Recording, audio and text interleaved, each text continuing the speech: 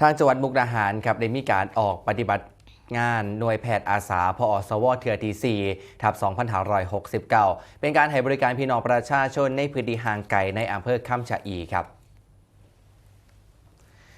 นางปณิดาพันโชติรองผู้ว่าราชการจังหวัดมุกดาหารเป็นประธานในพิธีเปิดงานหน่วยแพทย์อาสาเกินที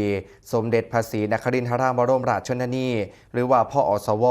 จังหวัดมุกดาหารเทือที่4ประจำปี 2569 เพื่อให้บริการด้านการแพทย์และสาธารณสุขแก่ประชาชนในพื้นที่ห่างไกล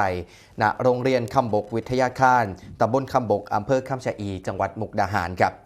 โดยได้รับความร่วมมือจากผู้บริหารรวมไปถึงเจ้าหน้าที่สาธารณสุขหัวหน้าส่วนราชการระดับจังหวัดอำเภอและตำบลตลอดจนภาคีเครือข่ายจากเหล่ากาชาติจังหวัดมุกดาหารรวมให้บริการประชาชนอย่างพร้อมเพรียงมีการบริการตรวจโรคทั่วไป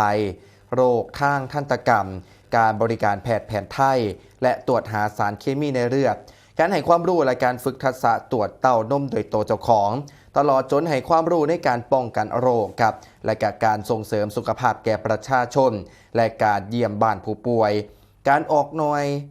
แพทย์อาสาพอสวในเทือนี้ครับเป็นการเสริมสร้างโอกาสในการเข้าถึงบริการด้านสาธารณสุขอย่างทั่วถึงและเป็นการสืบสานพระราชปณิธานในการดูแลสุขภาพของประชาชนโดยเฉพาะในพื้นที่ห่างไกลให้มีคุณภาพชีวิตที่ดีขึ้นและยั่งยืนครับ